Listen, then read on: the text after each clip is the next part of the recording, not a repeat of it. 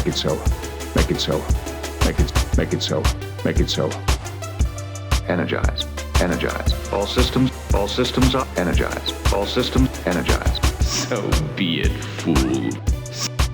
So be it, fool. So be it. Energize. So be it. Energize. So be it.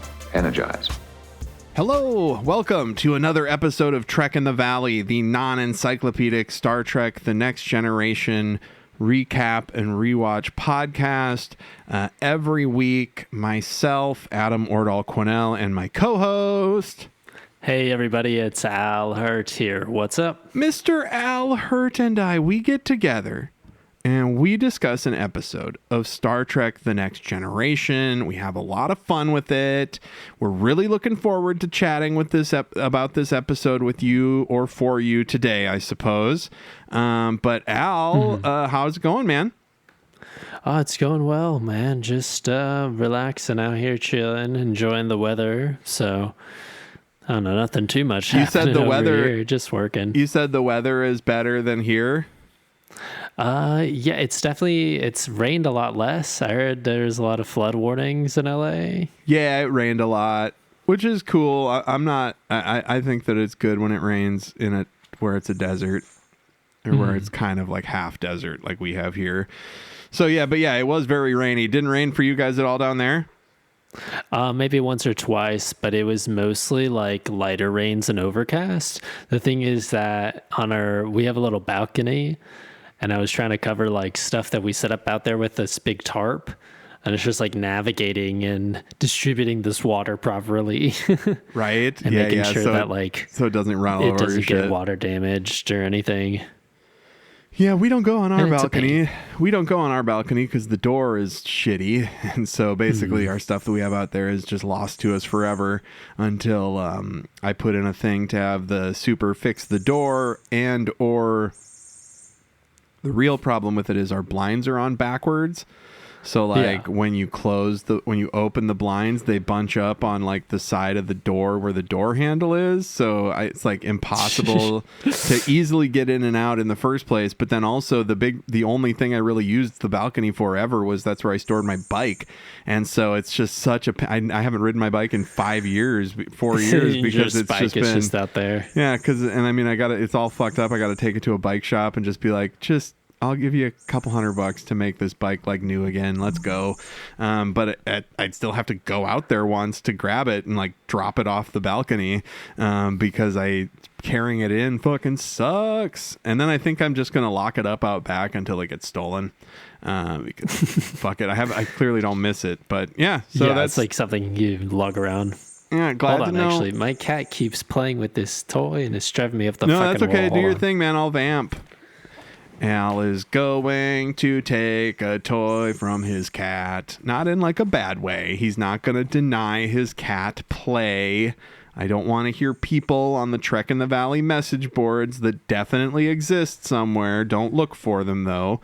They're going to talk about how Al is so mean to his cat because he takes his toy away that he's playing with. Sorry, man, I didn't mean to give you dead air. No, I vamped. I did it. It was good. I'm going to leave that all in. Yeah. And so, yeah, things are fine with me as well. Not much has changed since the last time we recorded, obviously. But just working and getting my Wendy's breakfasts on the weekend mornings and not playing disc golf yet because my ribs are still healing for another 6 weeks probably. Because I kept breaking them over and over again last fall instead of letting them heal.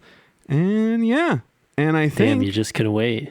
I just couldn't wait, dude. Well, also, I kind of panicked because I'd lost like 40 pounds in the year leading up to that. And so I kind of felt like if I don't play disc golf, I'm going to like get fat again or whatever, because was like my primary exercise. So I was like, oh no. And I did gain some weight during the holidays, but I got it off again now. I'm still able to like go walk around and shit. I just can't do all the twisting and throwing. And and plus last fall I had like special disc golf trips planned. Like we flew back home so I could play disc golf with my dad, and my ribs were broken then, and then he actually flew here in November to play disc golf with us, and it's not like I was going to sit that out. So yeah, it's been a whole ordeal getting to it's like right as you recover you got to go out and play disc golf again. It's like basically my ribs, I would stop for 2 weeks and I would be like, oh, this feels quite a bit better. I think I can go out and play again. And then unbeknownst to me, when I was like, get done playing, I'd be like, ooh, I'm kind of sore. That kind of soreness was probably me having broken my ribs again, basically. And just doing that over and over again. But I think it's going to start feeling better. I've got like my appointment in my head where if it doesn't feel better by X day, I go to the doctor and all that shit. I'm not gonna play again until I go get like checked out and make sure everything's fine, because I do not want to deal with another 4 months of that shit. Yeah, it's better to not risk it at all, really. Absolutely. Which brings us to our first official segment of the episode. What? Oh shit. Al remember? On this very special edition of What Does Al Remember, we are going to be talking about Star Trek The Next Generation, Season 1, Episode 11, Haven. What do you remember about Season 1, Episode 11, Haven? It might be... Let me tell you this. It might involve Deanna Troi, much like last week's episode. But she's not pregnant. This is the one where the guy that falls in love with her? It's not. Yes. Yes. And then I'm he trying not to ends up, cough. It's a blonde chick. So they have like a lot of intimate scenes before he realizes it's this blonde lady that he likes. You're so close. You're basically nailing it. So what happens is... Oh, no. But at the very end just always cracks me up where he's like willing to leave his family and his parents are like, no, don't go. And he's like, I like this chick. In fact, I'm already on her spaceship. Bye, guys. I'm going to get this deadly disease. Oh, that's right. And then that's why they isolated themselves. Yeah, he's going to get the disease. Isn't the whole shtick, though, that he's supposed to help them? Or is it just that he fell in love with her? He's going to help them. He's going to help them. He's a scientist. So that's right. What happened was this guy There's something else that happens. This guy was betrothed to Deanna Troi, and she to him. It was a forced marriage, an arranged marriage. And Riker has a lot of problems with that, I tells you. Of course. Riker's got a lot of problems with her arranged marriage to some guy that is not Riker, I tell you. And he seems all right. There was a B plot, though, right? And like the B plot is Wyatt. Enterprise... Wyatt, the guy who was going to marry Troi, has been having dreams of this blonde woman. And then suddenly a ship appears in the distance, and it's a plague ship. So it's basically like a quarantine ship, basically, right? Yeah, and we find out that this was a race of people who had been it's a race of people who had their planet, this Tyrellians, the Tyrellian planet had this awful plague, and they were forced basically to just go off in these ships and die and have the plague. And this ship, just live out their days. And one of the people on this particular plague ship has like a psychic love link to Wyatt, Troy's fiance. And then he ends up... They honestly kind of try, though, to be into each other. Right? Yeah, Troy is not gung-ho, but she's ready to marry him. She's like, this is what Betazoids do. That's what's going to happen. And I feel like Loxana knew the whole time that he wasn't going to marry her. And also Loxana is attracted to everybody, I think, but primarily Riker, if my memory serves. This is a What Does Adam Remember? Picard too, though, right? What? Doesn't she Picard. like No, Picard? she's at good. You remembered that. She was at she flirts with Picard a lot, and it makes him very uncomfortable. Yeah, but she always fucks with people too by saying like, "Oh, I know you're thinking about me naked." And it's like, because you can't really argue because they're a Betazoid. Yeah, and then you can be like, "No, I wasn't," and she's like, "Man, who are you gonna believe? Who are these people around us gonna believe? Picard, you hot bald French/British man." And so basically, Wyatt leaves with his plague wife, and the end. And so, good job. I would say you remembered about half. I just don't remember the connecting B plot. Well, it's not. I'm pretty sure we're completely forgetting something else that happened with like Wesley or some shit too. Who fucking knows? But I like that episode was about a virus. The episode we released last week was about a virus. I am starting to think that the primary purpose Space of the Enterprise awful. is space is awful and full of alien diseases, and if you're on the Enterprise, you know that you've got at least one of those diseases in a bucket somewhere being transported from place to place.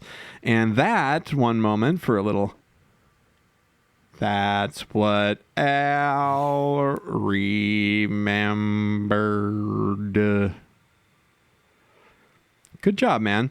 And that brings us to the episode meat for today, which is, of course, this is episode 148 of Trek in the Valley. What? Almost 150, baby. And this is episode 148 of Trek in the Valley. We're covering season 2, episode 2 of Star Trek The Next Generation. This episode is titled Where Silence Has Lease, which is a weird title. It's aptly titled, I believe. Exactly. I mean, but like if you see that title, I mean like out of context. Oh, you know, for sure. Where Silence Has Lease. It's one of them poetic ass Star Trek titles. It was written by Jack B. Sowards and it was directed by Winrich Colby. A couple of fake ass sounding names. It aired on November 28th, 1988. And oh man, I remember now. The crew, the synopsis from The Bard at Paramount Plus is the crew is held hostage in a mysterious void by a being who wishes to observe the many ways in which humans die. I'm glad we're getting back to our spoiler heavy synopses. I like that. And one thing we forgot to mention, since it's been a break between seasons or whatever, we watched the HD remastered Star Trek The Next Generations that are available on Paramount Plus or on DVD. So if you're watching along with the show, we're watching the ones that have the slightly HD or HDE-er looking effects. And so this episode starts like so many others, and it just really fires right up. It's funny because it's like it's Picard and some other folks on the bridge, not Riker though, right? Not Riker or Worf. Right? No, not Riker or Worf. So they're like, Picard seems worried. And they're like, "Are you worried for Worf?" And he's like, "I'm worried for Worf. I'm worried for Riker." And they're like, "What the hell is going on?"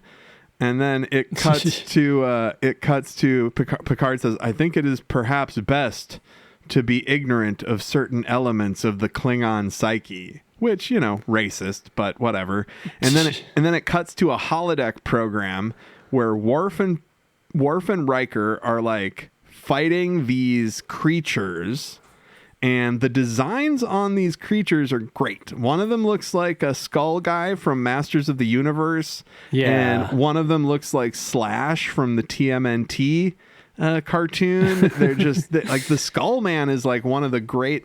Like if I was a person who still had any sort of disposable income, I would be looking for. They've got like a premium action figure of this skull guy that fights Worf. And so I think it's I don't know, it's the audience, I mean, we don't know that they're in a holodeck quite just yet. No, I know that because I've watched the episode and they're making you think that Worf and Riker are on some sort of mission where they're fighting these things. Like they're in danger. But I guess, this guy looks exactly like Slash, the turtle-looking guy. It's so fucking funny. The interesting thing about this is, after they defeat them, Worf kind of like snarls at Riker, like he's got the bloodlust, man, you know? Yeah, like, he's getting amped. And he's about to chop down on Riker when he says, "At ease, Lieutenant." And there's a couple of times in this episode where Riker's got to be like, "At ease, Lieutenant." It's it gets a little strange. Worf is played off a little more brutish in this episode. He's not as he's more Klingon. Careful. He's more Klingon. And he it reminds me of in the Avengers movies, in like Avengers Age of Ultron, when Scarlett Johansson does the sun's getting real low to turn the Hulk back into Bruce Banner. That's what Riker does with his At Ease, Lieutenant. It brings Worf back to reality. And so then also I think Worf's makeup, he's got like a goofy eye in some of this. I don't know what the deal is, but his left eye looks very strange.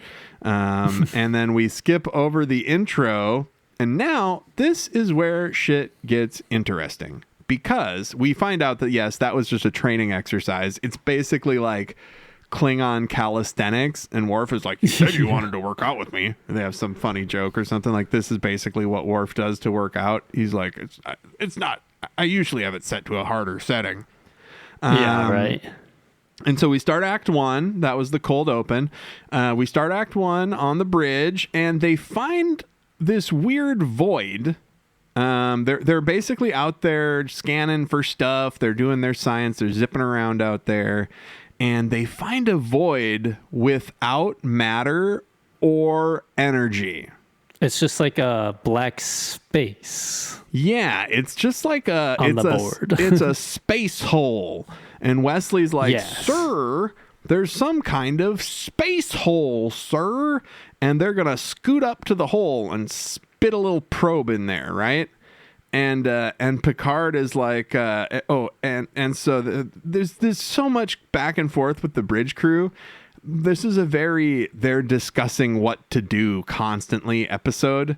It's a very like heady or like a weird issue that they run into, because it's not directly attacking them, so they're not in danger right away, but they feel very uneasy the entire time. It is as Star Trek as you can get without explicitly transporting a virus or a vaccine somewhere.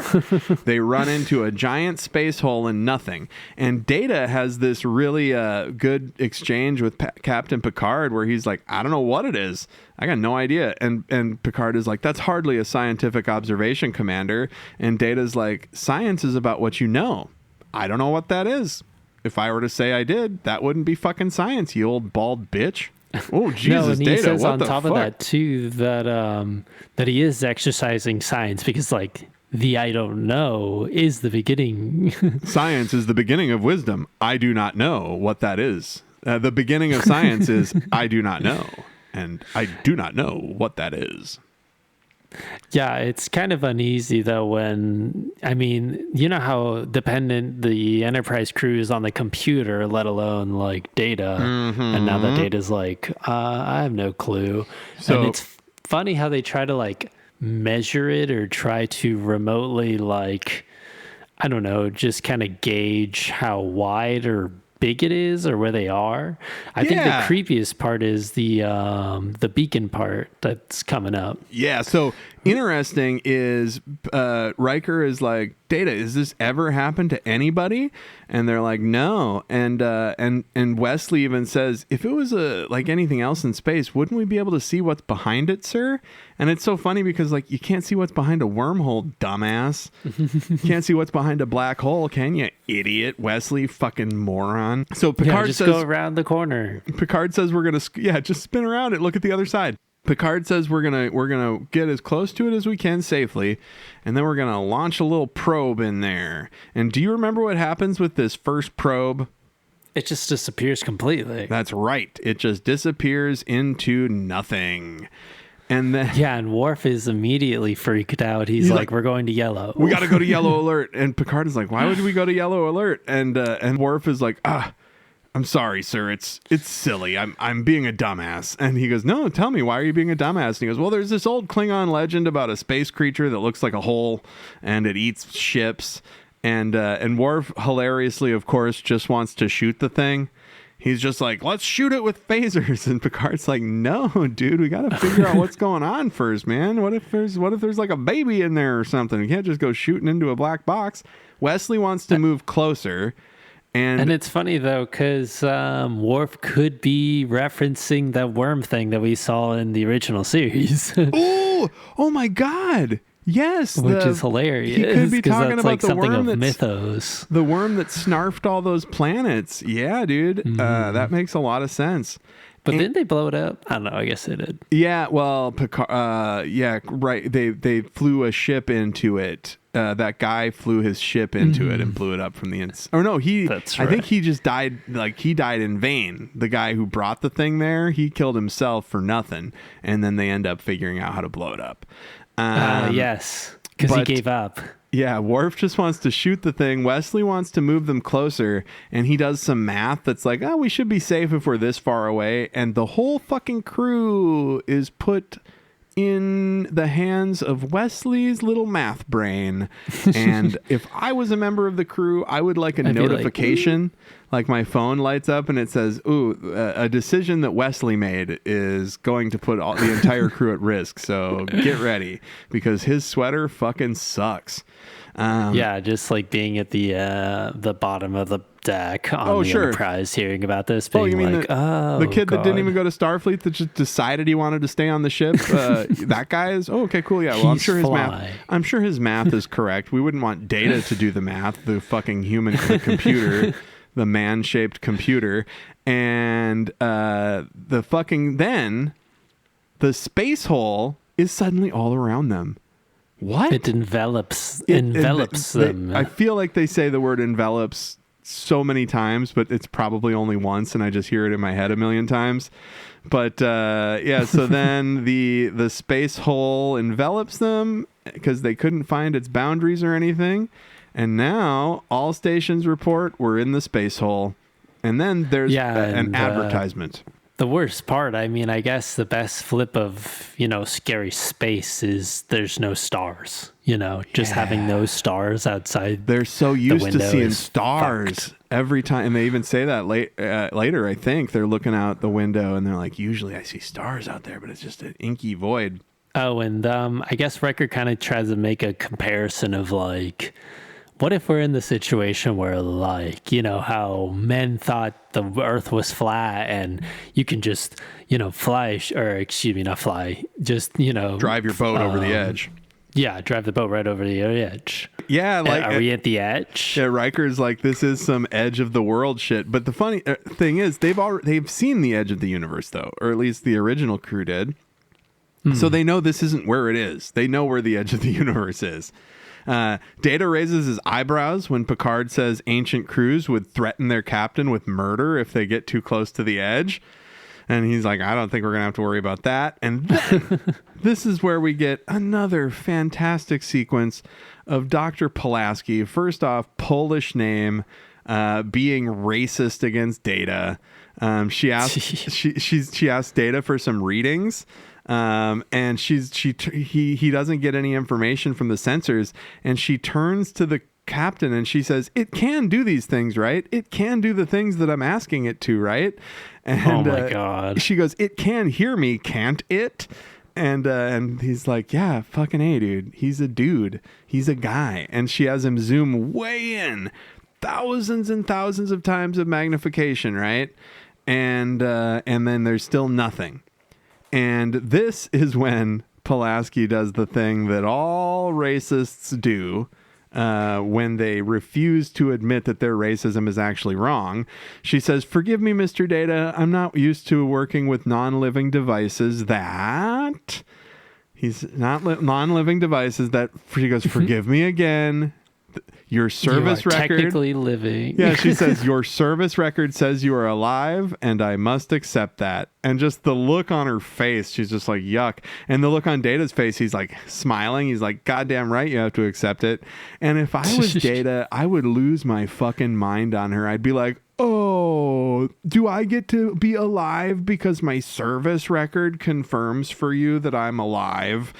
I think that's so nice of you to allow me to be a living thing with agency because it says that in my service record. It's certainly not because I'm an alive thing with agency and a consciousness.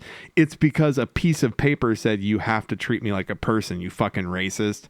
It's like the first teachers at integrated schools. Yeah.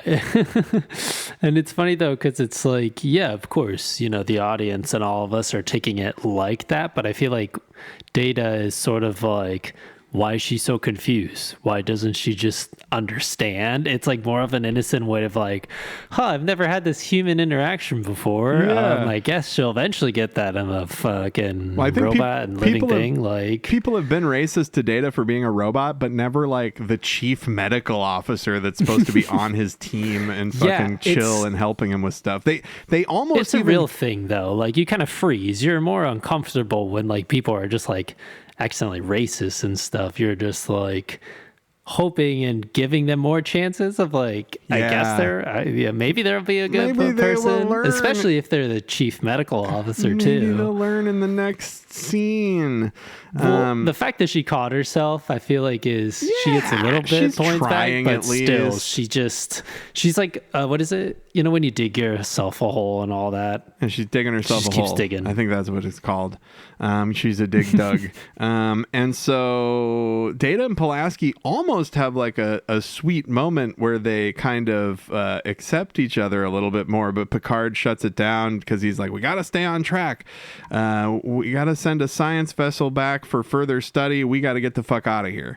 And this is when they turn around and they try to leave. And what happens, Al? They can't get out. They can't get out. They like try to, what is it called? They try to measure how far they've even come. But they don't have the reference point. And they don't. Yeah. Because they're nowhere. So what they do they've only really tracked it because of what is it called? What the Enterprise said. Yeah, what the supposedly what they've gone over. Yeah, they're following their trail from where their electronic breadcrumbs from where they came in, basically. Mm-hmm. And Picard's like, monitor our velocity closely. I want to make sure we're moving. And so, because it doesn't seem like they're moving because they're just in this inky blackness of nothing, right?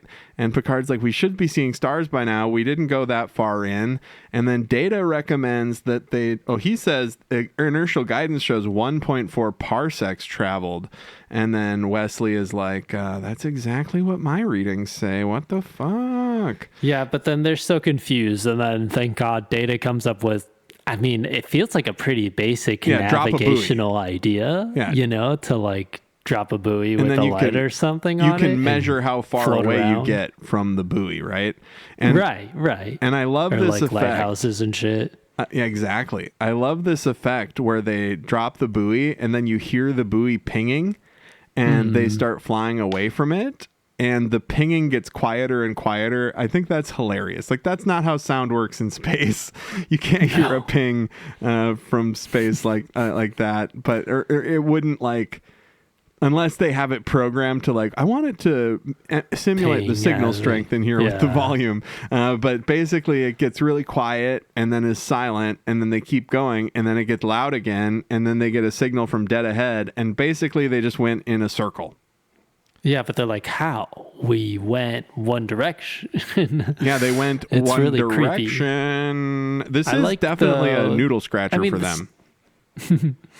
The sound is tension, right? It's like everybody's getting quiet on the ship and just, looking around, hoping that they never hear that ping. Yup. And as you hear it getting louder, it's like, I don't know, it's just, it gives everybody a bunch of panic, Yeah, and in case the whole creepy we flew in a circle wasn't enough to disquiet you as a member of this crew, suddenly a Romulan ship decloaks and they fucking exchange fire, and the Federation, the Enterprise destroys the Romulan ship, but there's no debris. There's no debris, and Picard and goes, there was that was too easy. Yeah, Picard's like, Romulans are usually harder to kill, but I love doing it because I hate them so. And then another vessel approaches, and this is the Federation ship, the Yamato, their sister ship. That can't be. What's it doing out here?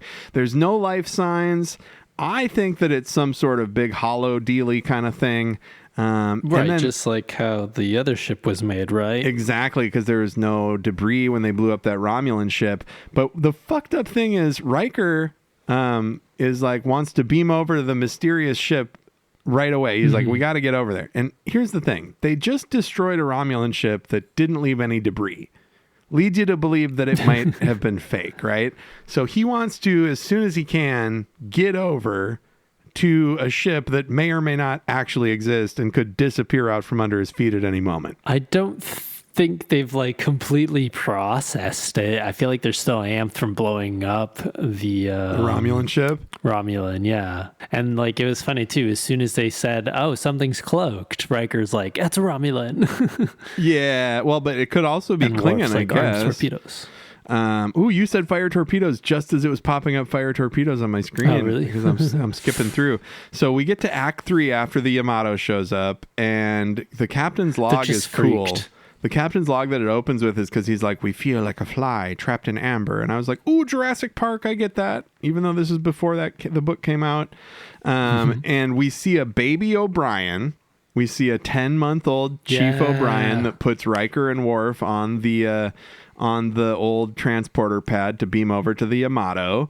They're beaming over to the Yamato, and Worf is like, we'll be safest if we beam in back here, so to surprise them. And Riker's like, surprise who, man? Sensors say there's nobody fucking over there. And Worf is like, well, yeah, but like, what if it still makes sense? Shut up. And Riker's like, yeah, I guess, whatever.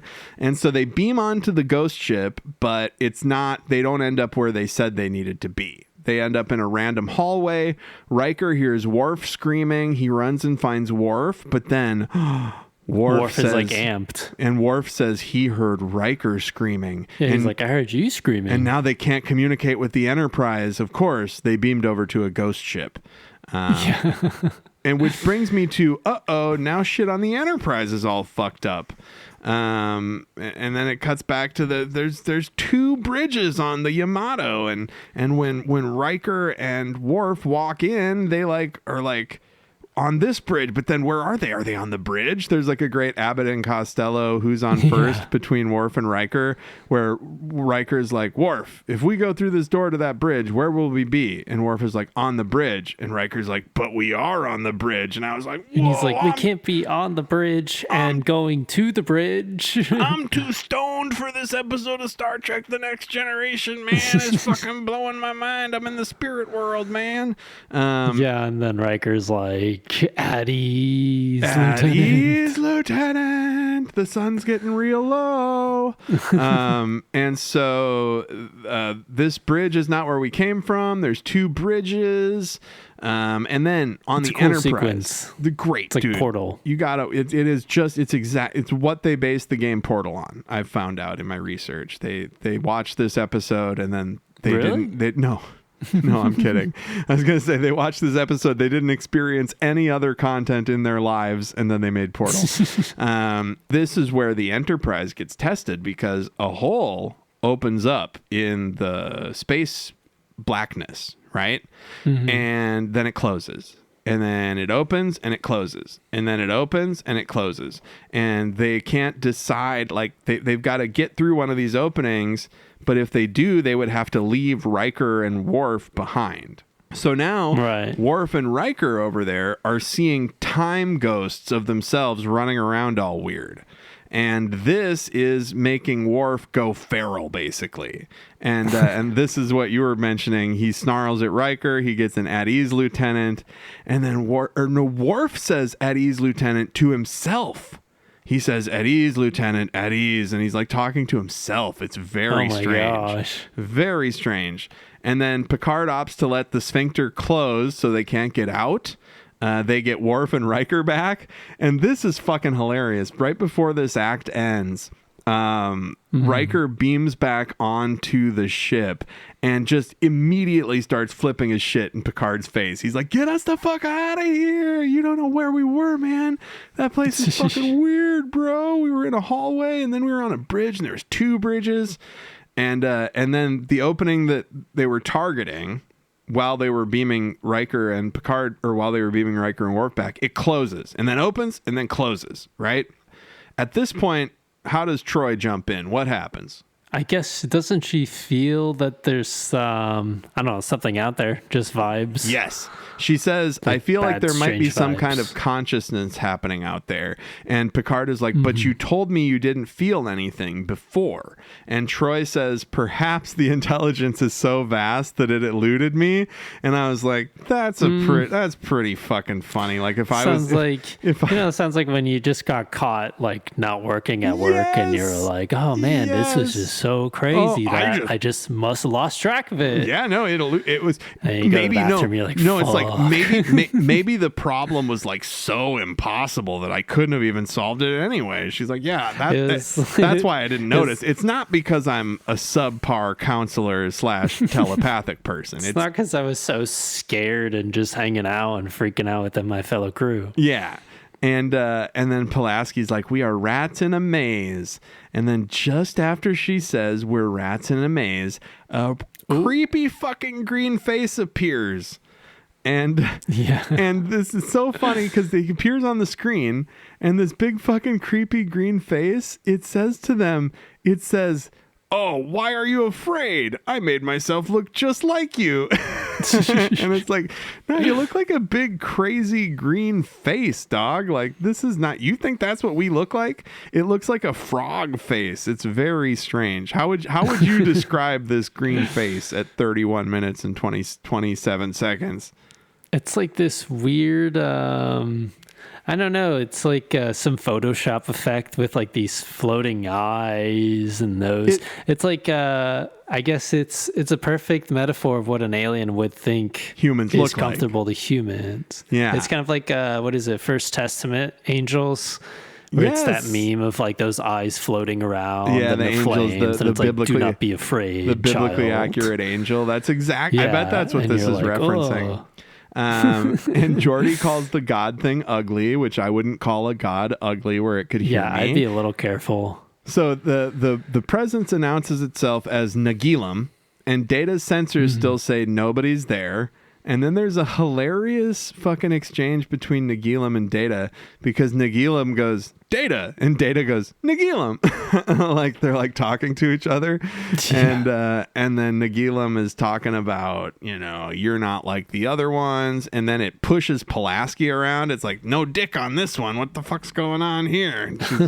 And then he's like, "Do y'all reproduce?" Yep. Nagila asks to see them fuck. It learns about from gender. It asks to see them fuck. And then Nagilum is like, "Is it true what I've heard about humans? Is it true that you weirdos have like a finite existence? Like you exist and then you die?"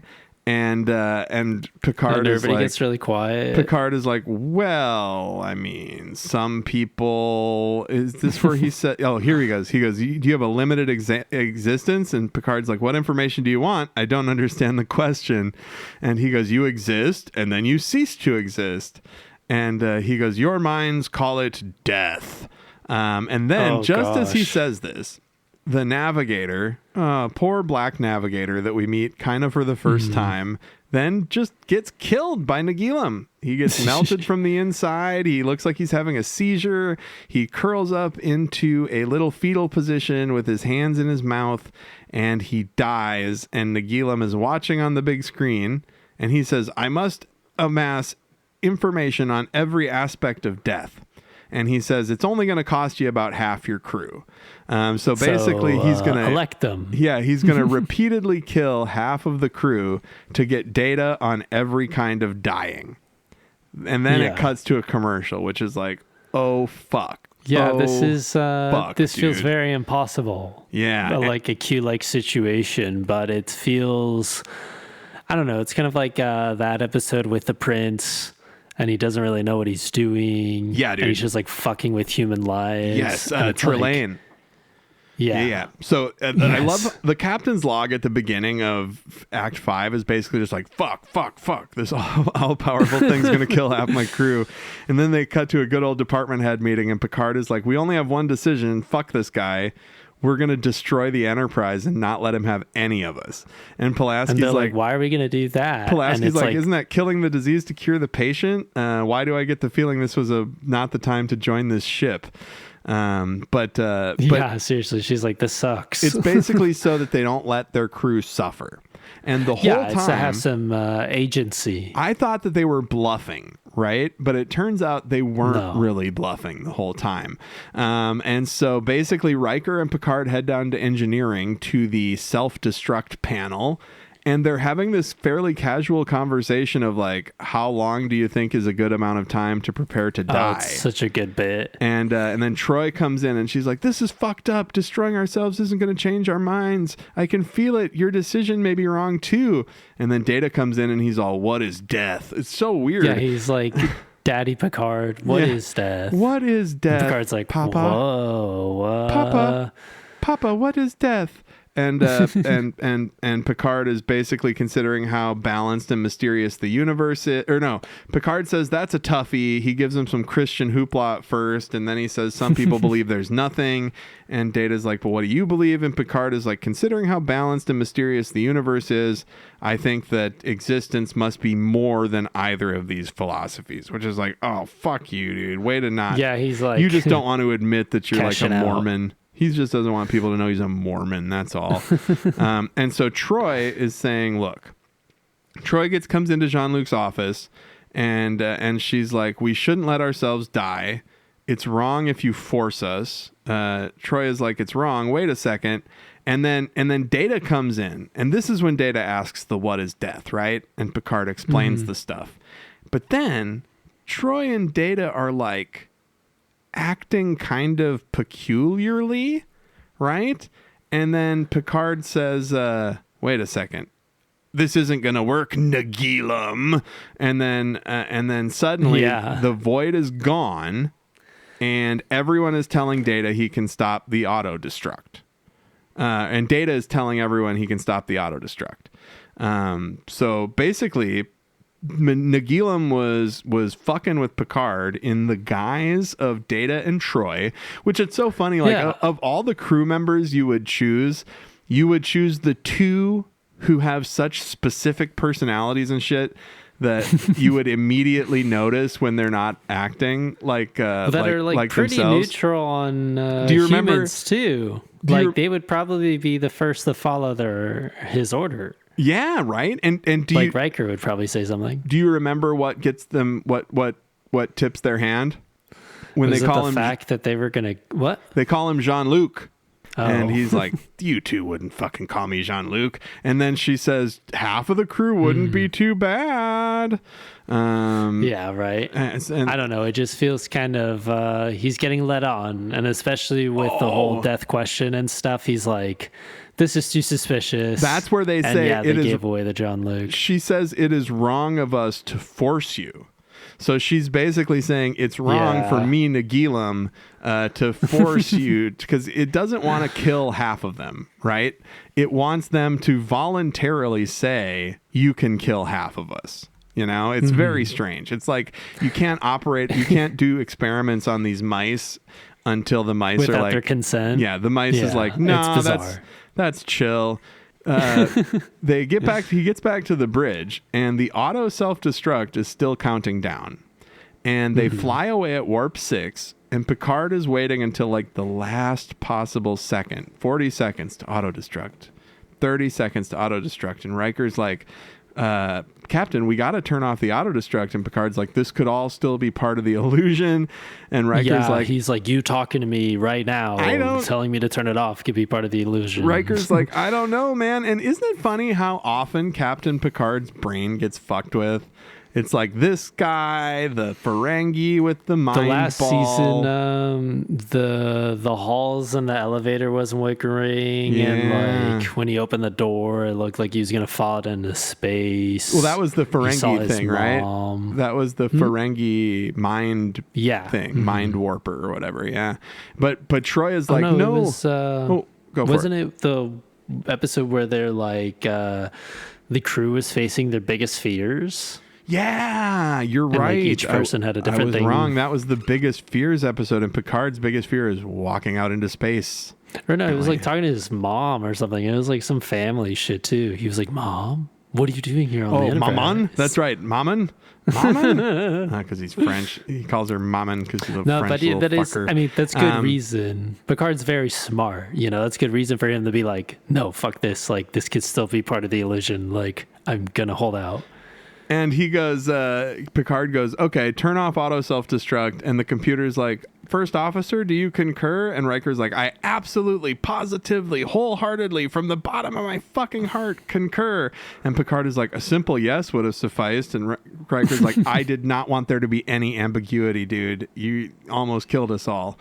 So Picard is just like, well, almost killed us all. Time to wash my hands of this and head off into my office to reflect on the events of the day. And what happens in Picard's office, Al? Lay it on me. Yeah, after all this like hubbub and hysteria, you know, everybody's really mad, sort of, at Picard for not doing the disabling the auto they're just like, that was kind of weird. They're just like, wow, holy shit, we're all right. But it is a really nice exchange at the end between, I don't know, whatever this, and Nagilum and Picard. Nagilum pops up in the window, and Picard pops up on the screen in Picard's office. And he's like, you want me to tell you? And Picard's like, Nagilum's like, you gave me all kinds of information, Picard. And Nagilum's like, you want me to tell you what you learned? And Picard's like, no. And he goes, oh, come on. You know you want to know what the all-powerful being learned. And Picard's like, fine. And he goes, you seem to find no tranquility in anything. You thrive on conflict. You are selfish but value loyalty. Rash, quick to judge, slow to change. As species, you are too militant and hostile for us. It's so funny. I love it when people You point... are selfish, yet you value royalty. Loyalty. Or loyalty, Yeah. excuse me. Not only that, but I just love it when people point out the fact that the Federation is militant. Because they do not like that. You know what I mean? The old people who control things, they don't want you to think like that, you know? Yeah. I just think it's, I don't know, it's interesting how instead of him, I guess, torturing each 150 individual crewmen, he was just like, nope. I mean, the fact that you're like, you decided to, you know, lay it all out on the table for your whole crew. Yeah. I guess that's enough for me just to see that you guys are crazy. And I think that was part of it too, is that it was all testing whether or not Picard would leave Riker and Worf. Remember, like the openings kept opening up, and the Enterprise could have left at any time if they would have been willing to sacrifice Riker and Worf. Picard is like, well, hey, we have one thing in common, curiosity. And Nagilum is like, yeah, peace out. And Picard says, maybe we'll meet again out there among the stars and not in your weird void of a space anus, you fucking weirdo. And he's like, honestly, you'll mature. Like, this isn't weird to me, man. This happens all the time. It's exactly what happened with Q. You know, it's like, it's basically just it's the second episode of season 2, but it's sort of just a retelling of kind of the same vibes and questions from the opening of season 1, but they do it in a much more succinct manner. And I do think I feel like, yeah, but I mean, I don't know. The Q episodes are a little more interesting. It's just always tough when like you put a face on the villain. Yeah, it's because you got like, John Delancey running around being Q. Yeah, John Delancey's great. Yeah, of course. No, I definitely him think against that Nagilum is night and day. Nagilum does not have the joie de vivre or the does not have the chutzpah of Q for sure. I think that's where it stumbles a bit because it's like, I like the fact that it's not directly communicating with them, but it kind of, maybe needed to kick up the gear a little bit after they realized they're just in this like nothing blob. Yes. And like we couldn't have a bunch of weird ghost ships for no reason. So like they had to establish some form of communication at some point. It was quite a bit of them standing on the bridge discussing things. For sure. And I think that's like my favorite part more of it. Like the beginning is like once you see the villain and he's like, I'm going to kill you all. And then Picard's like, well, fuck that. Yeah, it becomes a different feels... thing. It becomes a different thing once it's like the mask is off on the villain. And so, I thought this episode was pretty good. I think that all the Pulaski being racist stuff is awesome. I do think that it kind of almost suffers from the trope of humans are always being tested by some asshole. I thought it was funny that Nagilum asks to watch them procreate. The other thing is at the end in the office where Picard is talking to Nagilum, right? Picard doesn't even mention that Nagilum fucking murdered one of his crew. That never comes up again, that they killed the helmsman. Because that guy was dead. Like in the original series, he would have been like, "Hey, can you bring that back helmsman back to life?" Yeah, and then or it would have just offered to do that, and then you would see a shot of, because like I went and looked, he does not come back. You do not see him sitting at the helm at the end. That guy is dead as hell. I read a comment on the IMDb for this episode, and people were like, "Oh, first red shirt of the season." And I was like, that's I don't know funny. if that's going to happen too often. That's funny. So, what did you think? I kind of agree. I don't know. I like it. I like the mysterious aspects of this episode, of like this impending fear of the unknown. I just always love that with space and stuff and the inexplicable. But where it stumbles is, like you said, the more the same old of like, humans are, they strive on conflict. Humans don't want to stay in one place. They always want to keep moving. They always want to keep exploring, aggressing with someone, kind of a pat on the back thing of like the writer being like, wow, look how look how like interesting and how individual my experience is about the human race. And it's like, no, we've already seen 2 or 3 seasons of this, Well, plus it's just funny. I think it's different from our perspective, I guess. It's just funny that even for the character itself, like Picard, nobody just says, "Oh man, we're being tested by another fucking entity." Like, what the hell, dude? Like when that guy says, "I'm gonna kill half your crew to study death," I would just be like, whoa, hold on. This is not the first time that we've ran into some super powerful all space controlling thing. Yeah, literally, Deanna Troi had a human life cycle human beta Z life cycle baby in like 2 days. So yeah, fucking let's take a beat here. That's probably like where they were thinking, oh shit, we got to speed this up. We don't have enough fuel for a 2-parter. Well, yeah, and it's so early in the season. Like, we just gotta end it. Yeah, so and it really does end abruptly. He's like, "This isn't going to work, Nagilum," and then the Troy and Data images just disappear. I always like it. I like that part, though. I do too. I like it on Star Trek shows or space shows in general when the character is looking at Data in this instance, right? And Picard says, "Computer, where is Lieutenant Data?" And it says Data's on the bridge, but he's looking at Data. I fucking love that in sci-fi when they're like, "Where's this crewman?" And they're like, "Somewhere else." And he's like, "But I'm looking at him." And that's a changeling or something then. I love that shit. No, and I'm glad you did mention too the part where, and it is important, where Riker's like, "Should we cancel the self-destruct?" Then he's like, "Shut up, Riker. You might still be part of the illusion." Oh, yeah, it's great. Like, what? I love it. But yeah, so I think that I would give this... how many blobs? How many Nagilum eyes? 3 out of 5 Nagilums. I give it a 3 out of 5? Yeah, I don't want to come into the season really hot, given everything super high ratings. Yeah, so I'm very realistically looking at this. I think it's a 3 out of 5. That's how I felt about the last one, where it's like I wanted to like it because of the funny association with like me watching it with my father and stuff, and like, but this one, I don't know. This just, it is. I liked it more than the last one, so I'll agree. Yeah, I'll be 3 eyes. Right on. Yeah, Oh, I 3 wasn't. out of 5. I wasn't recording the Zoom. Damn. So you got a 3. I got a 3. We tied for this one. I'm putting that in my notes this time. What we gave I the think episodes. this was just like it was missing some pieces that push it into like a really good episode, I agree. and it set Yes, it up for sure. really well. I just I don't know. It's hard to like finish or end like these episodes. It kind of feels like a horror movie, you know? Yeah, Where absolutely. it's like it's always hard to end a horror movie because the good ones always end with everybody dying, right? Yeah, absolutely. Oh, I actually watched a fucking horror movie right before we recorded this morning that was pretty good. I don't know if I'm going to recommend saw, something else, but I don't know if you've seen a Good Boy. yes, Good Boy's pretty good. I thought it I was thought it was all right. I thought it was going to be a little better, but well, I liked it a lot, but I thought that it was kind of not as advertised. Like, it's not supernatural Yeah. stuff, and I didn't like that. Spoiler alert for Good Boy.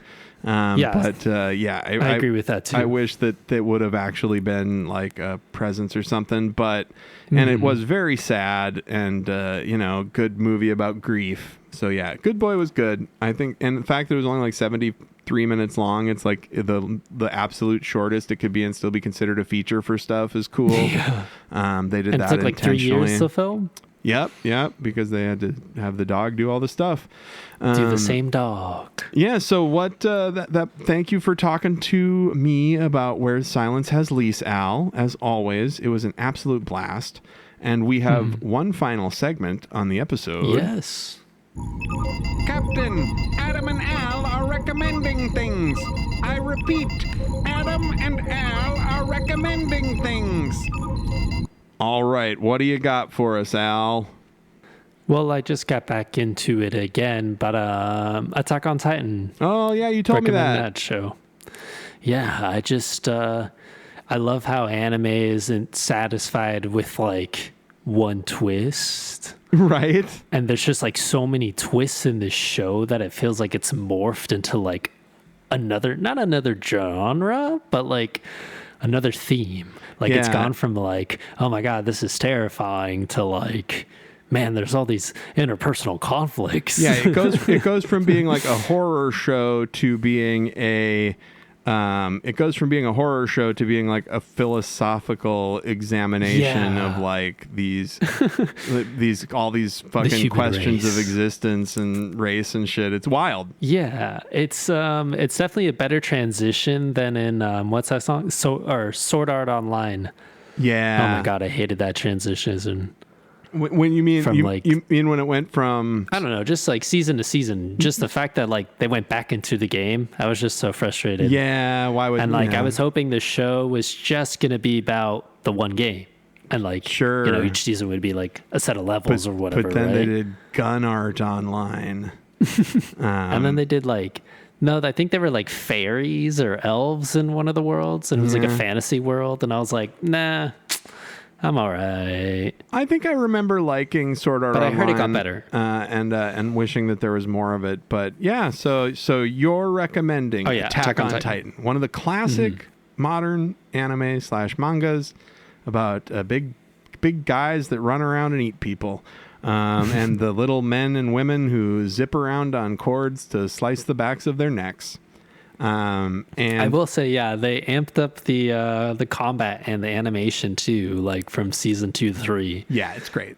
That's Mappa. Mappa is the company that does Attack on Titan. They're very good. Oh hell yeah! They do a lot of other stuff as well that I enjoy. I think they were supposed to do the most recent One Punch Man, but didn't or something. I don't know. I but did yes, hear a lot of controversy about that. I haven't finished it. It's not great, but I'm not a chud about it like all the other people who don't like it. I just don't think it's that great. And so I am going to recommend Wake Up Dead Man, a Knives Out mystery.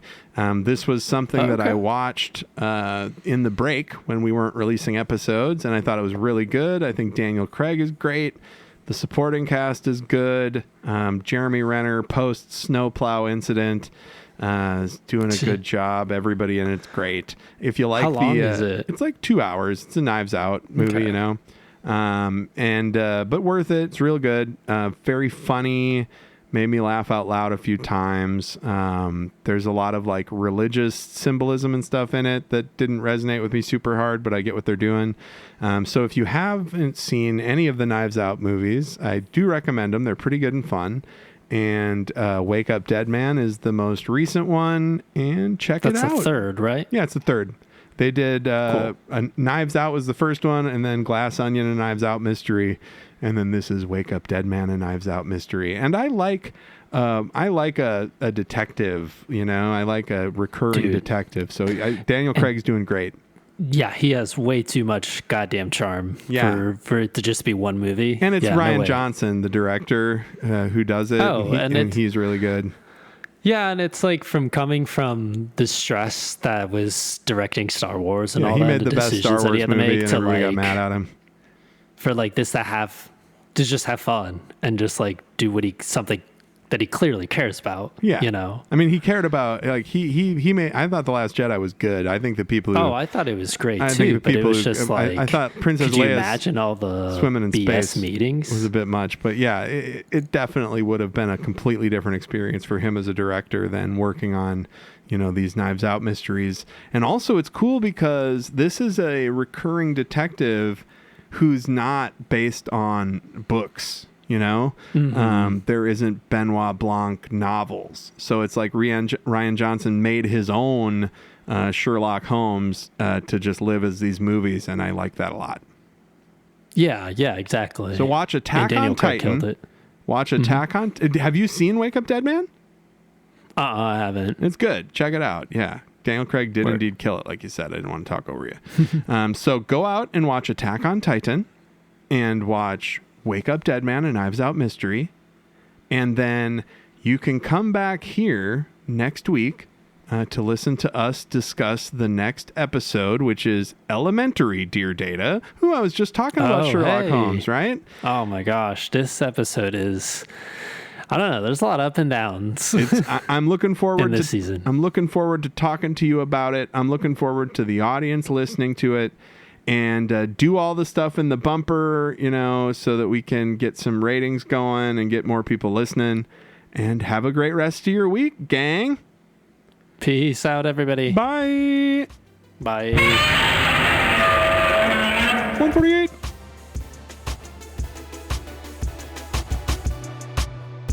Trek in the Valley is brought to you by Adam Ordall Quinnell and Al Hirt. The theme was produced by Al. The episodes are engineered by Adam. You can email the podcast at trekinthevalley@gmail.com, or you can search for us on Blue Sky and Facebook as Trek in the Valley and follow us over there.